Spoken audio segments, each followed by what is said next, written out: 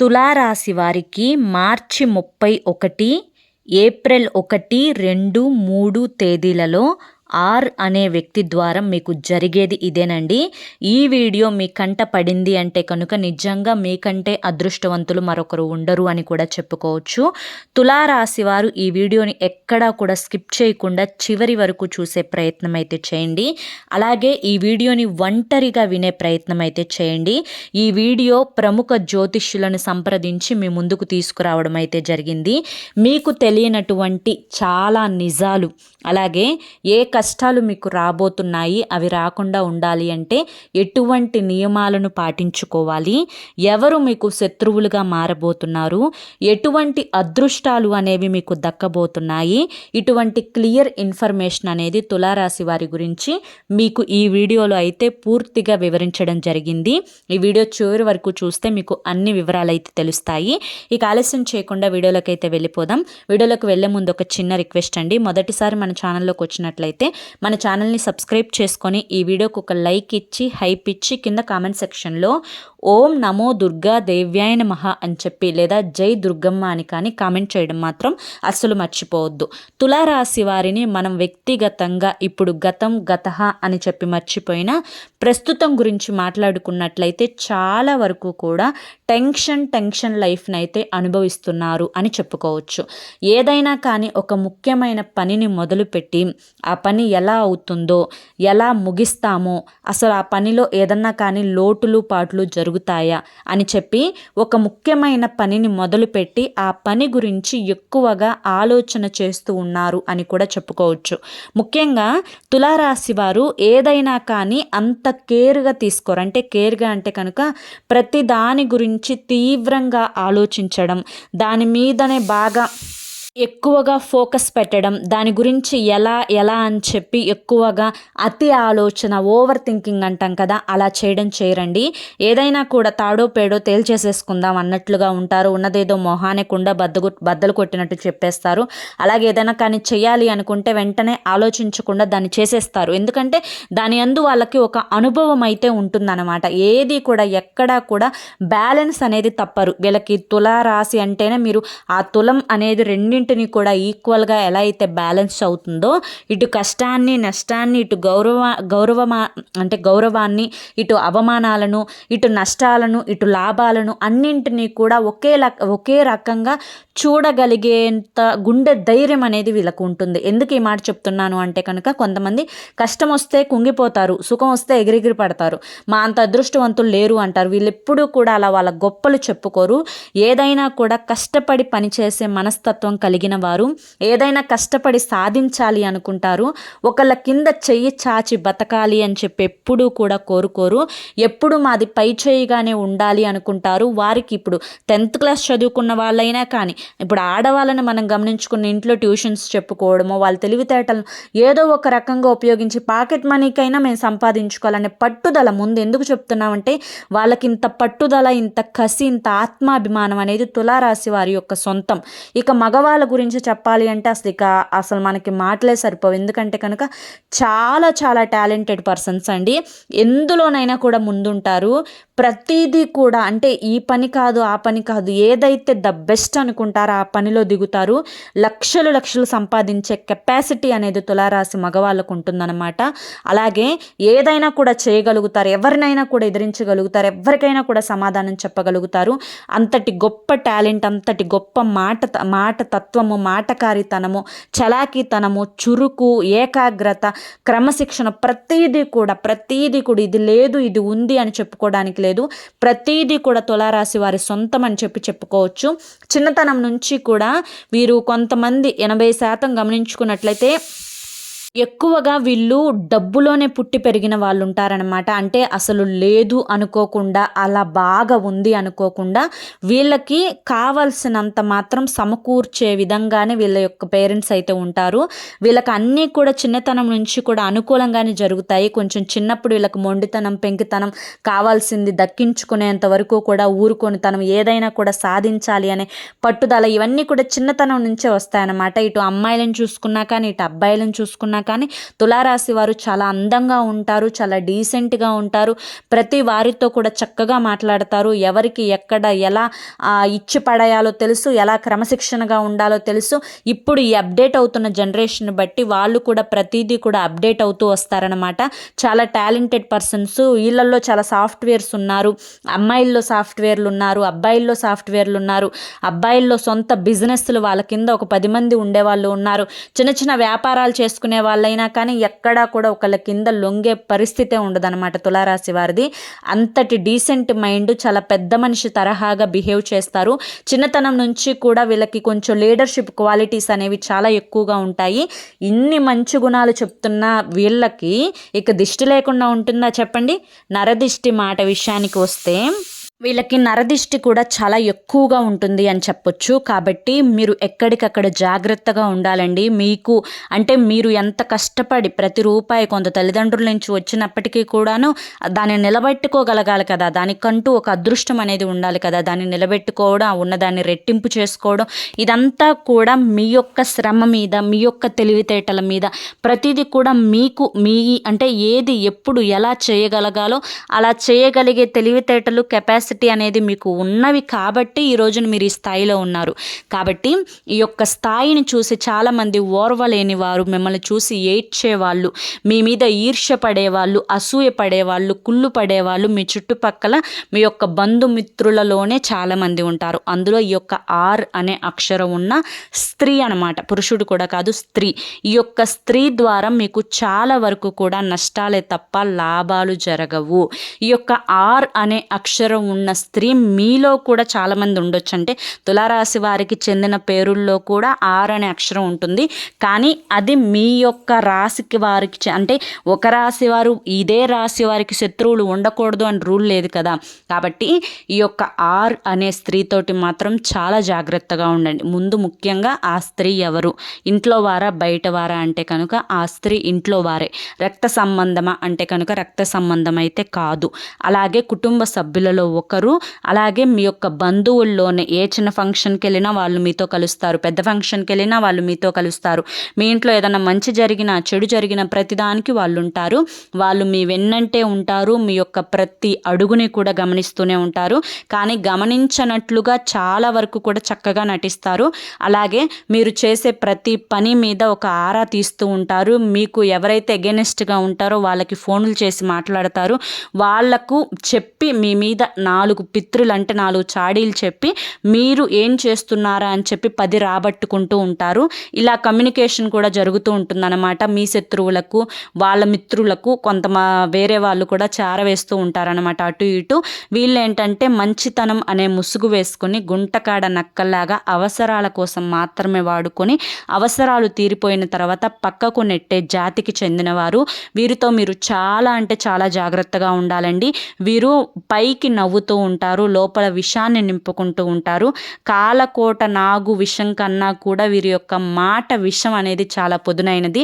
వీరి యొక్క మాటలతోటి, చేష్టలతోటి, వీరి యొక్క కిలాడి నవ్వులతోటి ఎంతటి వారినైనా కూడా పడగొట్టేస్తారు. వారి మాయ మాటల్లో, మభ్యపెట్టే మాటల్లో ఇచ్చేసేసుకుంటారు. చాలా కిలాడితనాన్ని చూపిస్తారు, అతి తెలివితేటలు చూపిస్తూ ఉంటారు. లేనిది ఉన్నట్లుగా, ఉన్నది లేనట్లుగా చిత్రీకరిస్తూ ఉంటారు. 1కి 10 పుట్టించి మీ యొక్క బంధుమిత్రులలోనే చిచ్చులు పెట్టాలి అని చెప్పి చూస్తూ ఉంటారు. కాబట్టి ఇలాంటి కిలాడి స్త్రీలతోటి చాలా వరకు జాగ్రత్తగా ఉండాలి. ఎలా జాగ్రత్తగా ఉండాలక్క అంటే కనుక మీ యొక్క పర్సనల్స్ విషయాలు, మీరు సంతోషపడే విషయాలు, మీరు ఎప్పుడూ కూడా నవ్వుతూ ఉండే విషయాలు, మీకు వచ్చే లాభాల గురించి కానీ, మీకు వచ్చే నష్టాల గురించి కానీ ఏది కూడా మీరు పంచుకోవద్దు. ఎందుకంటే లాభం వస్తే ఏడుస్తారు, నష్టపడితే సంతోషపడతారు. నష్టం వచ్చింది అని చెప్పినా కూడా జాలి పడే వాళ్ళు ఇక్కడ ఎవ్వరూ కూడా లేరు అన్న విషయాన్ని అయితే మీరు 100% గుర్తుంచుకోవాలండి. ఎందుకంటే కనుక ఇప్పటి రోజుల్లో మన అని అనుకునే వాళ్ళు చాలా తక్కువ మంది ఉన్నారనమాట. నా అనుకునే వాళ్ళే మనకి ఇప్పుడు పరాయి వాళ్ళు, పరాయి వాళ్ళే కొంచెం మంచిగా ఉంటున్నారనమాట. కాబట్టి ఈ యొక్క ఆర్ అనే స్త్రీ ద్వారా మాత్రం చాలా అంటే చాలా జాగ్రత్తగా ఉండండి. ఈ స్త్రీ ద్వారా మీకు నష్టం జరిగే సూచనలు అంటే ఏ విధంగా ఉన్నాయి అంటే కనుక వీరి యొక్క మాయ మాటలకు, వీరి యొక్క కిలాడి నవ్వులకు మీరు పడిపోయే అవకాశం అయితే ఉంది. ఎందుకంటే ఈ మాటలన్నీ కూడా మీరు నిజమని చెప్పి నమ్ముతారనమాట. వీళ్ళు చాలా మంచి వాళ్ళు కదా, చాలా మంచిగా మాట్లాడుతున్నారు కదా, వీళ్ళకి ఏ కల్మషం ఉండదు, వీళ్ళు పాపం ఏ అవసరం కోసమో కదా నా దగ్గరికి వచ్చింది, నేనున్నాననే కదా నాతో అవసరం తీర్చుకోవడానికి వచ్చింది, నేను చేస్తాను అని ఒక నమ్మకం ఉండబట్టే కదా వాళ్ళు నా దగ్గరికి వచ్చింది అని చెప్పి ఇలా ఈ పాయింట్గా ఆలోచిస్తారు. అది మీ యొక్క మంచితనమే. ఎదుటి వారికి సహాయం చేయడం ఏమాత్రం కూడా తప్పు కాదండి. అలా చేయొద్దు అని కూడా నేను చెప్పడం లేదు. ఎందుకు అంటే కనుక మనకి యువతల అవతల అనేది ఉండాలి. ఇటు మనం ఒకసారి చేసినప్పుడు అటు నుంచి కూడా మనకి ఎప్పుడైనా కానీ మనుషులం కాబట్టి ఒకరి నుంచి ఒకరికి సహాయం అనేది అవసరం అనేది ప్రతిసారి కాకపోయినా కూడా ఎప్పుడో ఒకసారి వస్తుందన్నమాట. కాబట్టి అందరినీ కూడా శత్రువులుగా చూసుకుంటూ పోతే ఇక్కడ మనం ఒక్కలమే మిగిలిపోతాము. కానీ కొన్నిసార్లు ఏమనిపిస్తుంది అంటే కనుక మన అనుకునే కదా ఆ రోజున మనం అంత సహాయం చేశాము, ఈ రోజున మనకి అవసరం వచ్చేసరికి మనల్ని పరాయి వాళ్ళలాగా చూస్తున్నారు.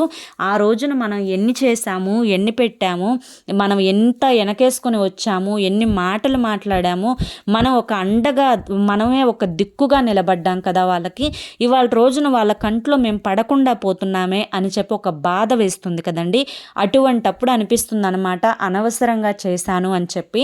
ఎందుకంటే ఒకసారి మనం చేసినప్పుడు లేదా 2 సార్లు చేసినప్పుడు లేదా 3 సార్లు చేసినప్పుడు అవతల నుంచి కనీసం మనకి ఒక్కసారైనా కానీ సహాయం వస్తే కనుక చాలా సంతోషంగా ఫీల్ అవుతాము. అలా కాకుండా పదే పదే మనకి ఇదిగా అనిపిస్తే కనుక అటువంటి వారికి సహాయం చేయకుండా ఉంటేనే బెటర్ అని చెప్పి నా ఒపీనియన్ అనమాట. ఎందుకంటే చేతులు కాలిన తర్వాత ఆకులు పట్టుకోకూడదు.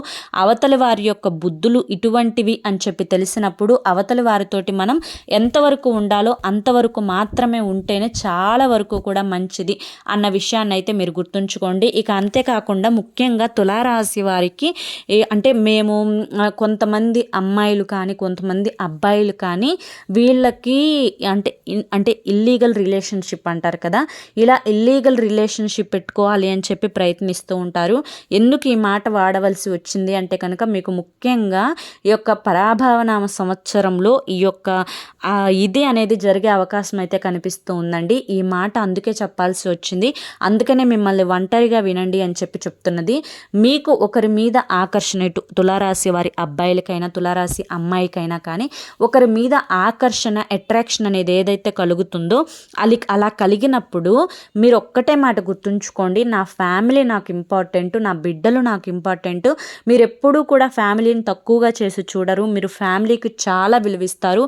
మీ యొక్క లైఫ్ పార్ట్నర్ కూడా చాలా అదృష్టవంతులు. ఎందుకంటే మీరు అందరికంటే ఎక్కువ లవ్ అండ్ కేరింగ్ వాళ్ళ మీదనే చూపిస్తారు కాబట్టి.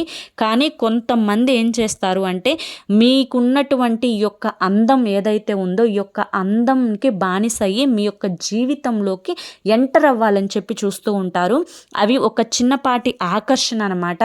ఎప్పుడైతే మనకి మంచి అట్రాక్ట్ చేసినంత చెడు అట్రాక్ట్ చేసినంతగా మంచి అట్రాక్ట్ చేయదనమాట. కాబట్టి ముఖ్యంగా ఈ యొక్క ఇది మీకు ఈ సంవత్సరంలో కనిపిస్తుంది కాబట్టి అబ్బాయిలు అమ్మాయిలతోటి జాగ్రత్త, అమ్మాయిలు అబ్బాయిలతోటి చాలా జాగ్రత్తగా ఉండండి.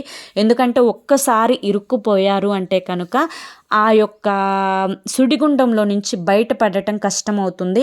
అలాగే అది కాస్త 4 గోడల మధ్య కాకుండా బయటకు ఎప్పుడైతే పొక్కుతుందో మీరు ఇన్ని సంవత్సరాల నుంచి కాపాడుకునేటువంటి పరువు, మర్యాద, ప్రతిష్ట, డబ్బు, గౌరవం, ఇంకా మీ భార్యకు లేదా మీ భర్తకు మీ మీద ఉన్నటువంటి నమ్మకం, పిల్లలకు మీ మీద ఉన్నటువంటి నమ్మకం అన్నీ కూడా ఒక్కసారిగా పేక మేడలాగా కూలిపోతాయి అన్నమాట. ఇక అసలు అటువంటప్పుడు అనిపిస్తుంది ఎందుకు బ్రతికుండడం అని చెప్పి అనిపిస్తుంది అనమాట. ఆ సిచ్యువేషన్ అనేది మీకు రాకూడదు అన్న ఉద్దేశంతో ముందుగానే వచ్చే నష్టం నుంచి మీరు జాగ్రత్తగా ఉండాలి అన్న ఉద్దేశంతో చెప్పడం అయితే జరిగింది. ఇక అలాగే మీకు ఈ యొక్క సంవత్సరంలో కొత్త కొత్త అవకాశాలు అనేవి రాబోతున్నాయి. మీ యొక్క పెండింగ్ పనులన్నీ కూడా క్లియర్ అవ్వబోతున్నాయి. చేయాలి అనుకున్నటువంటి పనులు 100% కూడా ముగించబోతున్నారు. కొంచెం చేసే పని పట్ల శ్రద్ధ పెడుతున్నారు కానీ మిమ్మల్ని మీరు పట్టించుకోనంత శ్రద్ధ పెడుతున్నారు.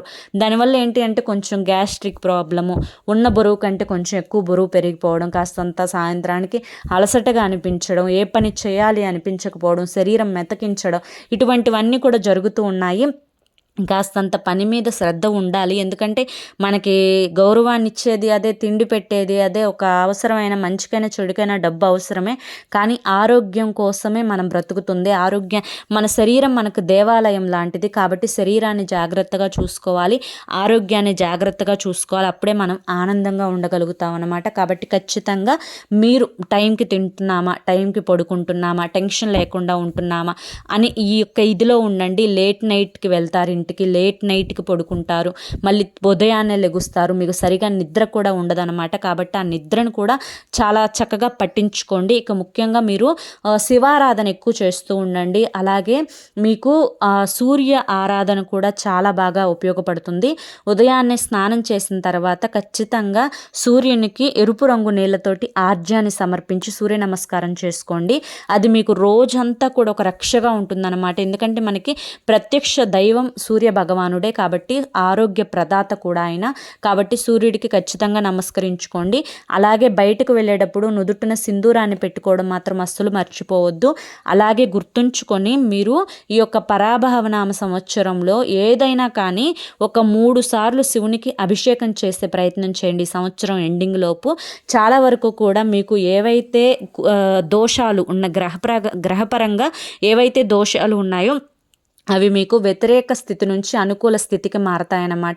కాబట్టి ఖచ్చితంగా 3 సార్లు ఆ ఈశ్వరునికి ఆవు పాలతోటి అభిషేకం చేసే ప్రయత్నం చేయండి. అలాగే నాగమయ్య పుట్టలో పాలు పోసే ప్రయత్నం చేయండి. లేదంటే నా శివాలయంలో కానీ, లేదంటే ఇంకా ఎక్కడైనా దేవాలయాల్లో కానీ, సుబ్రహ్మణ్యేశ్వర స్వామి గుడిలో కానీ నాగేంద్ర స్వామికి అంటే 2 జంట నాగులు కలిసి ఉన్నటువంటి రాతి విగ్రహానికి ఆవు పాలతోటి అభిషేకం చేసి చక్కగా నైవేద్యం ఉంటాయి కదా, సజ్జలు, బెల్లము, పచ్చి చెమ్మిలి ఇవన్నీ ఉంటాయి కదండి, వాటన్నింటినీ కూడా నైవేద్యంగా సమర్పించండి, తాంబూలం సమర్పించండి. చాలా వరకు కూడా మీకు అంతా కూడా ఈ సంవత్సరం అంతా మంచి జరుగుతుంది.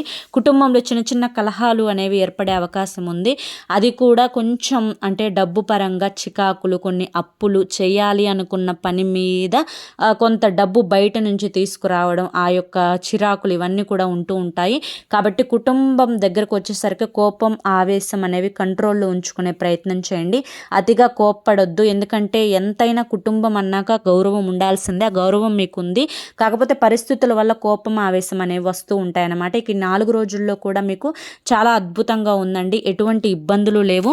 ఇటు వృత్తిపరంగా కష్టపడితే ఎంత కష్టపడితే అంత ధనం అనేది వస్తూ ఉంటుందన్నమాట. అలాగే ముఖ్యంగా కుటుంబ పరంగా ఇందాక నేను చెప్పినట్లు చిన్న చిన్న ఇష్యూస్ అయితే వస్తాయి. దానికల్లా కేవలం సైలెంట్గా ఉండటం, ప్రతిదానికి కూడా ఓవర్గా ఆలోచించకుండా ఉండడం, టైంకి తినడం, ఇంట్లో వాళ్ళ మీద ఎక్కువ కేర్ చూపిస్తూ ఉండడం, టైంకి నిద్రపోవడం, ఆరోగ్యాన్ని జాగ్రత్తగా చూసుకోవడం, ఇటువంటివన్నీ కూడా కుటుంబం పట్ల ఉండండి. ఇక అలాగే విద్యార్థులు ఎవరైతే తులారాశి విద్యార్థులు ఉన్నారో వాళ్ళకి చాలా అనుకూలంగా ఉందండి. చాలా మంచిగా ఉంది. మీ యొక్క కష్టానికి తగిన ప్రతిఫలం అనేది లభిస్తుంది. ఇక బిజినెస్లు చేసేవాళ్ళు, చిన్న బిజినెస్ అయినా పెద్ద బిజినెస్ అయినా మీ యొక్క తోటి వారిని ఎక్కువగా నమ్మకండి. మీ జాగ్రత్తలో మీరు ఉండండి. నలుగురు కలిసి గొడవ పడే దగ్గరికి వెళ్ళొద్దు. ఎక్కడా కూడా ఉచిత సలహాలు అనేవి ఇవ్వద్దు. మీరు ఇవ్వరు, కాకపోతే అప్పుడప్పుడు కొంచెం అంటే నోరు జారుతూ ఉంటారనమాట. అక్కడ ఉచిత సలహాలు ఇవ్వకండి.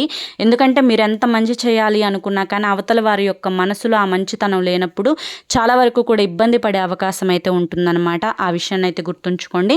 ఇక ఓవరాల్గా చూసుకున్నట్లయితే ఈ 4 రోజులు కూడా రియల్ ఎస్టేట్ వారికి కానీ, రాజకీయ రంగంలో ఉన్న వారికి కానీ, సినీ రంగ పరిశ్రమల్లో ఉన్న వారికి కానీ, వైద్య రంగంలో ఉన్న వారికి కానీ అందరికీ కూడా అనుకూలంగానే ఉందండి. ఎటువంటి ప్రాబ్లమ్స్ అయితే లేవు. ఇంట్లో నిత్యం దీపారాధన చేసుకుంటూ ఉండండి. అలాగే ప్రతి అమావాస్య రోజు ఎర్రనీళ్ళతోటి దిష్టి తీసివేసుకుంటూ ఉండండి. ఊరి పొలిమేర దాటి ఇంటికి వెళ్ళిన తర్వాత ఒక నిమ్మకాయతోటి దిష్టి తీసివేసుకొని ఆ నిమ్మకాయని బయట దూరంగా విసిరిపడేసి కాళ్ళు, చేతులు, మొహము కడుక్కొని లోపలికి వెళ్ళండి. అలాగే మీ ఇంటి దేవత అంటే మీ కుల దేవత ఉంటుంది కదా, మీ యొక్క కులదేవతకి ఈ సంవత్సరంలో ఒక్కసారి వెళ్ళి పొంగళ్ళు పెట్టిరండి. పొంగళ్ళు పెట్టడం వల్ల మీకు ఈ సంవత్సరం అంతా కూడా అమ్మవారి యొక్క అనుగ్రహం ఉంటుంది. మీ యొక్క బిజీ లైఫ్లో పడి, మీ యొక్క పని ఒత్తిడిలో పడి మీ యొక్క కులదేవతని కూడా మర్చిపోతూ ఉన్నారనమాట మీరు. కాబట్టి అలా మర్చిపోకుండా ఖచ్చితంగా ఈ యొక్క చిన్న చిన్న పనులు అయితే చేసుకుంటూ ఉండండి. ఎటువంటి ఇబ్బందులు, ఎటువంటి ప్రాబ్లమ్స్ లేకుండా హ్యాపీగా గడిచిపోతాయి 4 రోజులు. చాలా సంతోషంగా ఉంటుంది, హ్యాపీగా ఉంటుంది. అర్థమైంది కదా. మరి తులారాశి వారికి ఈ వీడియో నచ్చింది అనుకుంటున్నాను. నచ్చింది అనిపిస్తే ఈ వీడియోకి ఒక లైక్ ఇవ్వండి. లైక్ ఇచ్చిన వెంటనే హైప్ అని వస్తుంది, హైప్ ఇవ్వండి. కింద కామెంట్ సెక్షన్లో జై దుర్గామాత అని కానీ, లేదా జై దుర్గాదేవి అని కానీ, లేదా ఓం నమో దుర్గాదేవ్యాయ నమః అని కానీ కామెంట్ చేయడం మాత్రం అస్సలు మర్చిపోవద్దు. అలాగే మరికొంతమంది తులారాశి వారికి ఈ వీడియోని షేర్ చేయండి. మొదటిసారి మన ఛానల్లోకి వచ్చినట్లయితే కనుక మన ఛానల్ని సబ్స్క్రైబ్ చేసుకొని సపోర్ట్ చేయండి. రేపు మరొక మంచి వీడియోతోటి మళ్ళీ కలుసుకుందాం. అంతవరకు కూడా ఆ దుర్గమ్మ తల్లి ఆశీస్సులు మీ మీద, మీ కుటుంబ సభ్యుల మీద ఎల్లకాలం ఉండాలి అని చెప్పి మనస్ఫూర్తిగా కోరుకుంటూ సర్వేజన సుఖినో భవంతు. ధన్యవాదములండి.